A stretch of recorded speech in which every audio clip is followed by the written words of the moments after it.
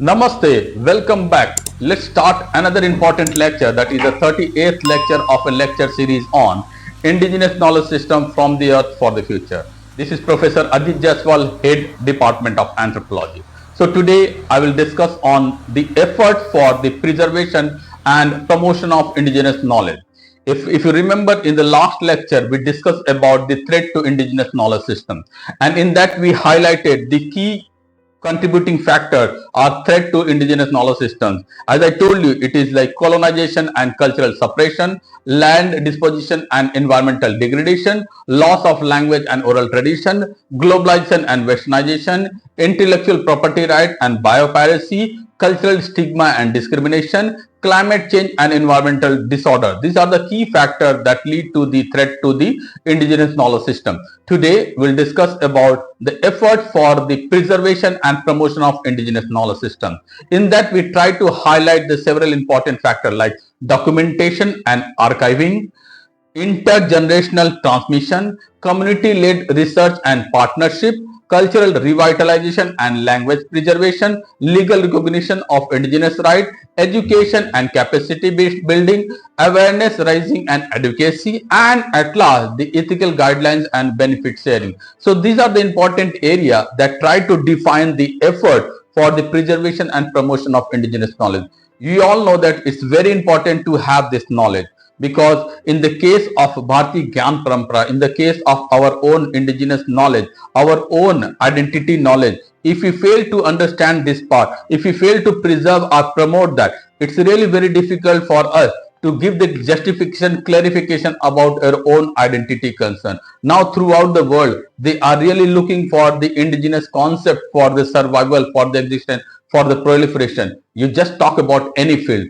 That's why this is supposed to be known as highly specific pet question for most of the competitive examination.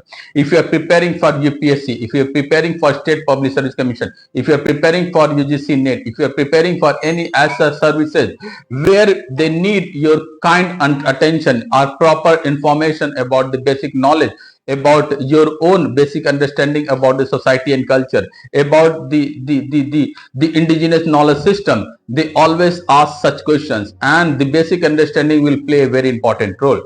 And in one other important, I just want to say that if you missed the earlier lecture, then you can see the link given over there. Hit the like button and subscribe for more important anthropological lecture. If you have any doubt, any question related to any area of anthropology, then you can ask through the comment section. Now let's start discussing about the today's lecture. Efforts for the preservation and promotion of indigenous knowledge. Effort for the preservation and promotion of indigenous knowledge involve a range of initiatives aimed at safeguarding traditional knowledge, supporting indigenous community, and fostering intercultural dialogue. These efforts are crucial for recognizing the value of indigenous knowledge, respecting cultural diversity, and promoting sustainable development. Now let's see the key strategies and initiatives for the preservation and promotion of indigenous knowledge. First important one is documentation and archiving.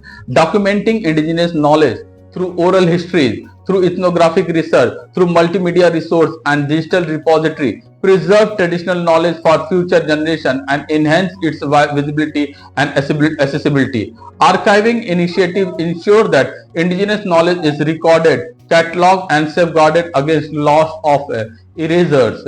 Next is intergenerational transmissions. Supporting intergenerational knowledge transmission within the indigenous communities promote the continuity of traditional practices, belief and cultural value. Here, the elders play a central role in passing down indigenous knowledge to the younger generation through storytelling, through apprenticeship, through mentorship, through community-based education program. Next is the community-led research and partnership. So engaging indigenous communities as equal partner in research project, development initiative and conservation effort ensure that their perspective, their priorities and needs are respected and incorporated into decision making processes. So collaborative research partnership foster mutual learning, cultural exchange and co-creation of knowledge that benefit both indigenous and non-indigenous stakeholders. Fourth important point is cultural revitalization and language preservation. See that important, cultural revitalization and language preservation. So revitalizing indigenous language, cultural practices and spiritual traditional strengthen community identity, resilience and self-determination. Language revitalization program, cultural festival and heritage preservation projects celebrate indigenous culture. It fosters pride in cultural heritage and promote intergenerational transmission of traditional knowledge. Fifth important point is legal recognition of indigenous rights.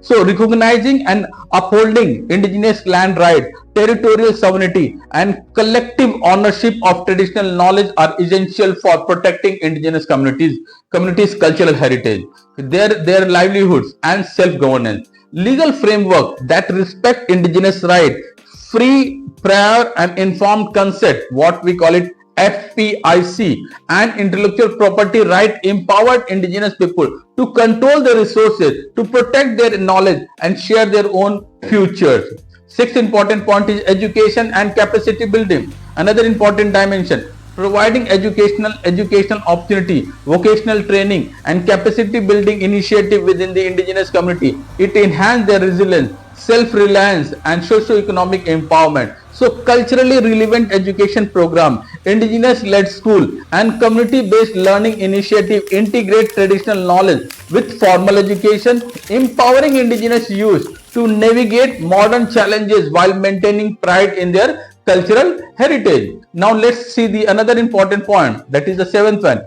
awareness raising and advocacy.